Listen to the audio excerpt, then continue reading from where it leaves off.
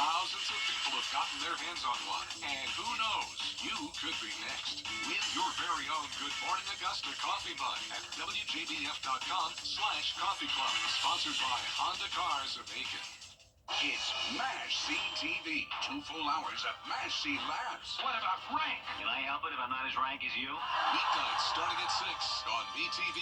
Live 5 or 6 is weather coverage you can count on.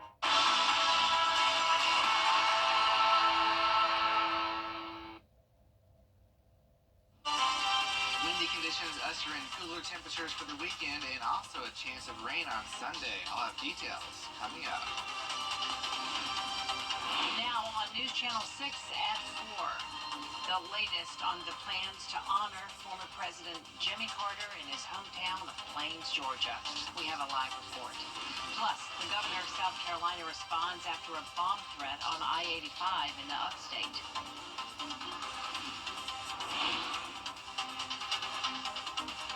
And a ban on cell phone in South Carolina schools, what your kids need to know as they head back to class next week. Your News at 4 starts now. Live from Television Park, this is WJBF News Channel 6 at 4.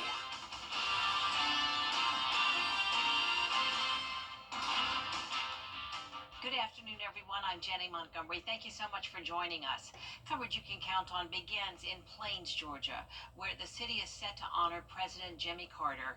It's the start of ceremonies spanning more than a week. Chuck Williams from our sister station WRBL is in Plains today. And Chuck, it's good to see you again. Tell us where the hearse will be heading tomorrow morning and what's the significance of the places where it'll stop? Good to see you, Jenny. The hearse will pull out of Phoebe Sumter Medical Center about 10 miles away. We're in downtown Plains right now, about 10 miles away over in Americus. It'll be at about 10:50. It will come through Plains. It will be the state funeral officially starts when that hearse leaves Phoebe Putney. The Secret Service will be in control of the former president's body. They will stop at his boyhood home, the farm in Archery, and they will pause in downtown Plains as well. Then the hearse will head over to I-75. They will make the trip up to Atlanta, where eventually his body will lay in repose at the Carter Center in Atlanta. You know, President Carter is so well known for what he did after his presidency and especially all of his work with Habitat for Humanity. I guess people are coming to honor him just for a variety of his acts in the way he served humankind. They really are, Jenny. I mean, there's no doubt about that. There's an outpouring here. I think the weather is supposed to be cold. It's going to be chilly in the morning. It's supposed to be really cold on Thursday when the body comes back for the private service at Maranatha and the interment next to Mrs. Carter at the family compound. But if you know, that may drive the crowds down, but there's no question people are here to pay their respects. I just talked to a couple of women who had driven up from Tallahassee today, just a road trip. They wanted to come up here, walk through town, and sort of connect. And both of them said, one said that her first vote was for President Carter in '76, and her sister said her first vote was for President Carter in 1980. And they both graduated from historical black HBCUs, so they were here to pay their respects to somebody they respected. Love that. That's such a great anecdote. You are really having a front row seat to history as you get to be there and experience all of this in Plains. Chuck Williams, thank you so much for your time and for sharing this with us. Thank you, Judy. It feels like we do have a front row seat to history, and I'm old enough to really appreciate it right now. Absolutely. Thank you. Coverage you can count on continues now with people heading to Plains to pay their respects to President Carter. And Brad Means spent the day there speaking to mourners. The streets and sidewalks of this town getting busier by the hour as people make their pilgrimage to Plains, Georgia, We ran into folks today who really come from all over the country and in some cases other parts of the world to honor the man they knew and loved as our 39th Commander-in-Chief. Even those who weren't alive when he was president say this weekend means something to them. It's going to be different. I think Jimmy represents, what America hopes to be, and I hope we get there. I also talked to a lady who lives in Atlanta. She's originally from the Dominican Republic, and she said President Carter helped her get to the United States, and she'll never forget that. And that's what prompted her to come down to Plains. A lot of people with a lot of reasons to pay their respects for sure. In Plains, Georgia, I'm Brad Means, WJBF News Channel 6. It is time now for our first check of our forecast with meteorologist Miller Hyatt. Jenny, it is a windy day today with a 5 for 6 forecast. Jenny? All right, Miller, we appreciate it. South Carolina Governor Henry McMaster is reacting to a bomb threat on I-85 near Greenville. Caroline Yaffa has more on the state's response. I-85 near mile marker 44 was shut down for almost 5 hours Thursday as state law enforcement worked to assess the scene of a bomb threat. The State Department of Public Safety says yesterday afternoon, State Transport Police pulled over a tractor trailer due to a missing license plate. A short time later, law enforcement was made aware of a possible bomb threat by the driver of the vehicle. They immediately shut down all 6 lanes of I-85. Over the next several hours, highway patrols led the Greenville County Sheriff's Office and the FBI investigated the scene. The governor's office issued a statement today saying in part, "I've always believed South Carolina is home to the finest law enforcement in the country, and yesterday's efforts were yet another example of that." The South Carolina Department of Public Safety says additional details will be available later today. In Columbia, Caroline Yaffa, WJBF News Channel 6. If you live in Emmanuel County, the Georgia Department of Transportation wants your input on proposed construction to a busy intersection. Officials say traffic accidents have been high at the US 1 bypass at State Route 4. They want to install a roundabout to reduce crashes and improve traffic flow. We have a link on WJBF.com. You have until February 5th to share your opinion.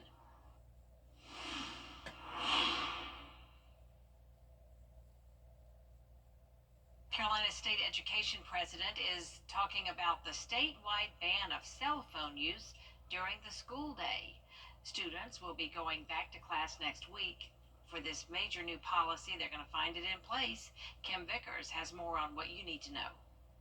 The new cell phone use policy states that kids cannot have their phones out at all during the school day, and they must be powered off, starting with the morning tardy bell and ending with afternoon dismissal. The policy bans the use of all personal electronic devices, which include phones and any accessories like smartwatches, Bluetooth headphones or earbuds, gaming devices, and tablets.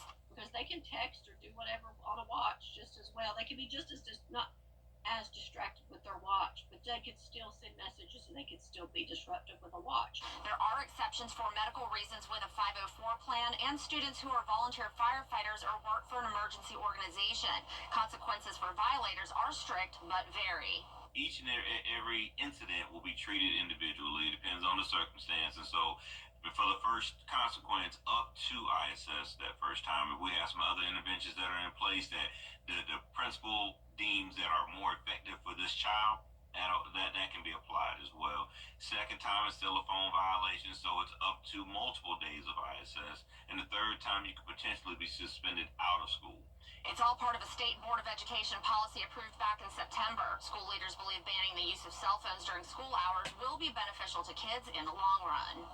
There was the slap to your teacher and video it. There's been the, all kinds of set the bathroom on fire and video it. All that came from TikTok and on social media. So we really are hoping that some of those things will be curbed and not interfere with teaching. We can see it ourselves. When kids are kind of preoccupied and if I could use the word obsessed sometime with keeping current with whatever's going on in the world, to the point where they can't focus on the lesson at hand. And so we really hope that this helps with that endeavor. Now, Dr. Murphy is asking parents to help the school district to enforce the policy, saying again that this is handed down from the state and their funding could be affected if they do not comply. For more information on the new cell phone use policy and the consequences if those are ignored, just head on over to WJBF.com. In North Augusta, Kim Vickers, WJBF News Channel 6. Coming up, how a white dot became the telling sign for a mom that she needed to talk to a doctor quickly. Well, you're going to need that winter coat and some scarves and mittens next week because we're talking about highs in the low 40s. I'll have details coming up.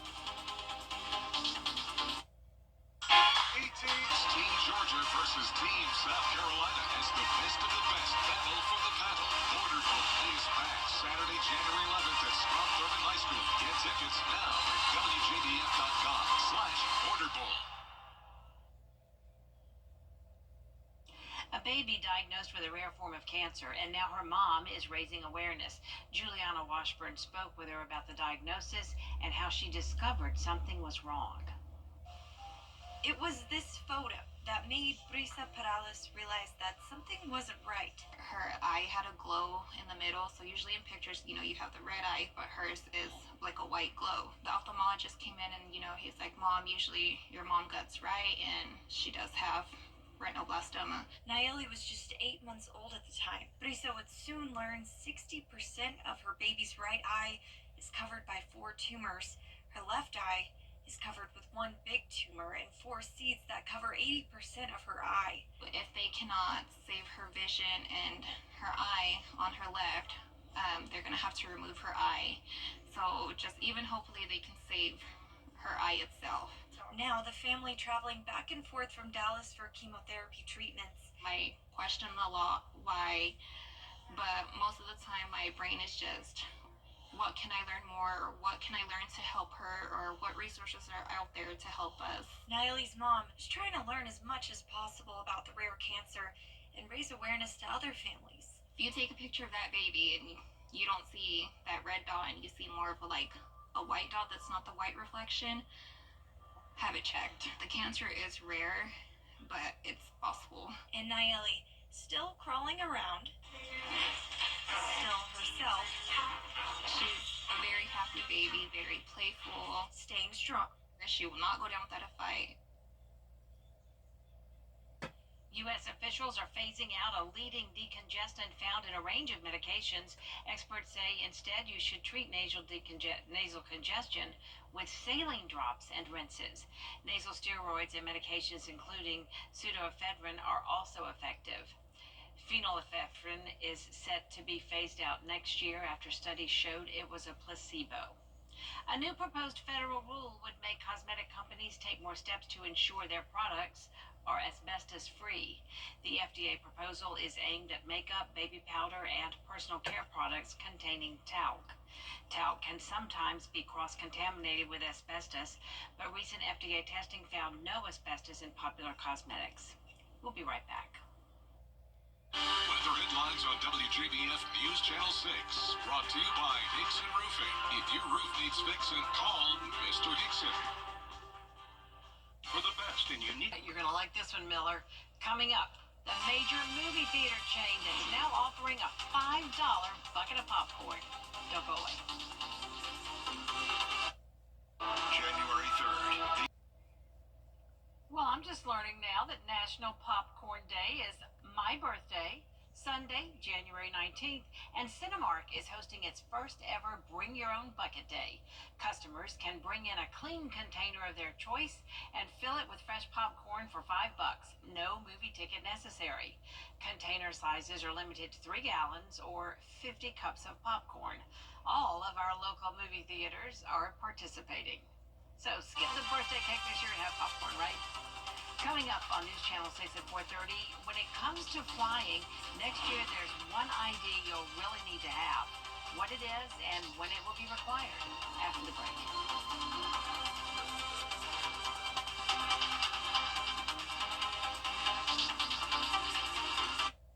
The CSRA has always been in my home. People know my law firm for work in the community as well as for our life-changing results. That's local experience you can count on. Call Austin Jackson, the Augusta guy.